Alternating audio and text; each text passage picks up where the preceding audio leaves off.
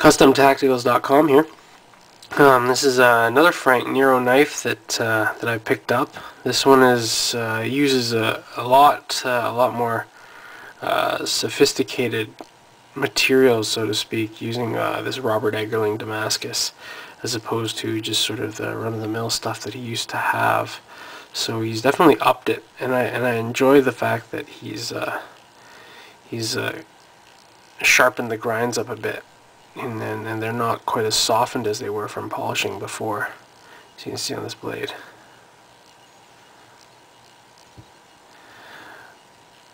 I did have a bit of a problem with the execution of the lock on this knife. In fact, when I first got it, it didn't lock up properly. Well, I believe the argument was that I shouldn't be using this knife anyway, and the fact that I just closed it, and you can see the blade is still poking out, and I have to kind of push it down myself because the detent is not in the right spot. So it can actually, the detent actually holds anywhere from here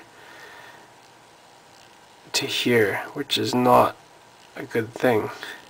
It breaks the detent about here at this point, breaks through. So while Frank might say that, you know, if you go to the site, go to my site and look at the review of this knife, Frank has a very lengthy argument with me about how he doesn't feel that his knives have come down in quality, and everybody else says that they're better. I just don't see that as far as the construction and lockup is concerned on this knife. I had to actually take this one apart and fix it because it wasn't locking up properly.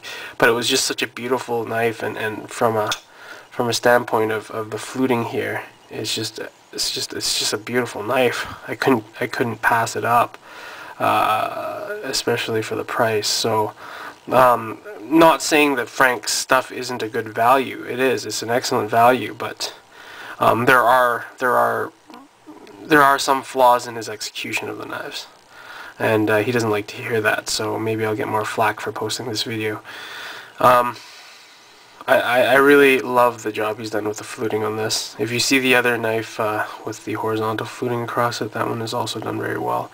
I did note that with certain models of his knife, the fluting here didn't join up very well in the front here. Sometimes it went past a little bit, and you could see that there was slight imperfections in it. This one is the black lip mother of pearl, so it has a nice shade and contrast quite nicely with the blue Eggerling Damascus bolsters.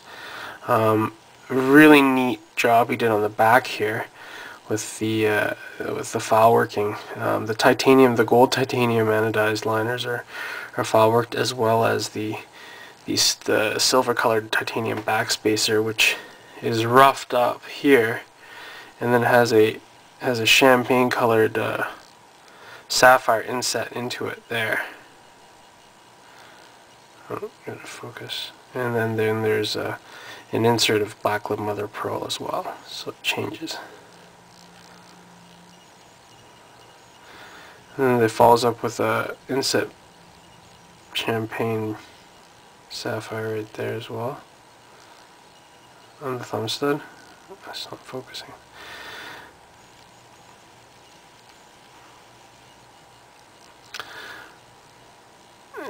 I have to say, this is a beautiful knife, and but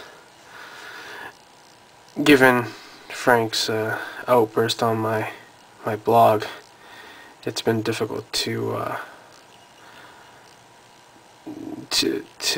enjoy his work as much as I used to, given that his I always think of the outbursts every time I see the knives.